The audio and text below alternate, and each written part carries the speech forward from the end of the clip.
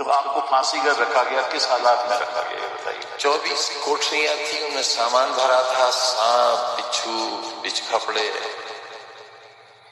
اور ساری رات لاٹھی لیے بیٹھے رہتے تھے، کمرے میں نہ گھسائے۔ چھوٹی سی کوٹری تھی پہلے، تو اس کوٹری میں ہم 2 تھے، میں اور عبداللہ تھے 23 مہینے تک، اور پھر جب یہ ضمانت پر آ گئے تو انہیں ہردوئی جیل بھیج دیا، میں یہاں دوبارہ آ گیا۔ تو بہت چھوٹی سی تھی، کوئی کھڑکی نہیں، کوئی وینٹیلیشن نہیں، اور بالکل اکیلا رہتا تھا۔ کسی قیدی کو، کسی ادھیکاری کو آنے کی اجازت نہیں تھی۔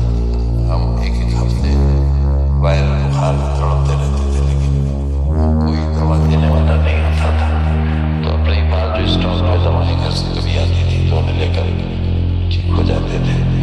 اور اب تو اتنی کمزوری ہو گئی تھی، 5 برس تخت پر لیٹے لیٹے بیٹھے بیٹھے، کیونکہ ٹہلنے کی بھی کوئی جگہ نہیں تھی وہاں، اور وہ اتنا اونچی نیچی اینٹیں تھیں کہ ٹھوکر کھا کر گر جائیں تو ہڈی ٹوٹ جائے۔ میری بیوی گر ہی گئی تھی جیل میں، تو ان کی ہستی ٹوٹ گئی تھی، بہت دن تک ان کا علاج ہوا جیل میں۔ ان کو کیوں جیل میں رکھا گیا؟ وہ بھی تو شراب کی دکان لوٹی تھی نا انہوں نے بھی شراب کی؟ جی، اور یہ سب چوریوں میں وہ بھی تھی میرے ساتھ۔ مطلب ایک پریوار کے اوپر ایک ایسا حملہ کیا۔ ہماری ماں پر مقدمے ہیں، کہاں سے لاؤں میں؟ ایک اور بھی مقدمہ ہے کہ آپ نے وینکوور لینڈ کا قبضہ کر لیا۔ میں کیوں کر لوں گا، میں کیوں کر لوں گا؟ دوسرے میں تو ایسی حیثیت میں تھا کہ اگر میں جائز طور پر کرنا چاہتا تو جائز ہی کرتا، اور جو بھی کیا ہوگا جائز کیا ہوگا، میں کیوں کروں گا؟ اور وہ ساری زمین وہاں موجود ہے، پوری زمین موجود ہے، بس خطا اتنی ہے کہ اس زمین کے پیچھے ہماری زمین ہے۔ اگر مجھے معلوم ہوتا کہ یہ زمین کا وواد ہوگا تو شاید میں وہاں یونیورسٹی بناتا ہی نہیں۔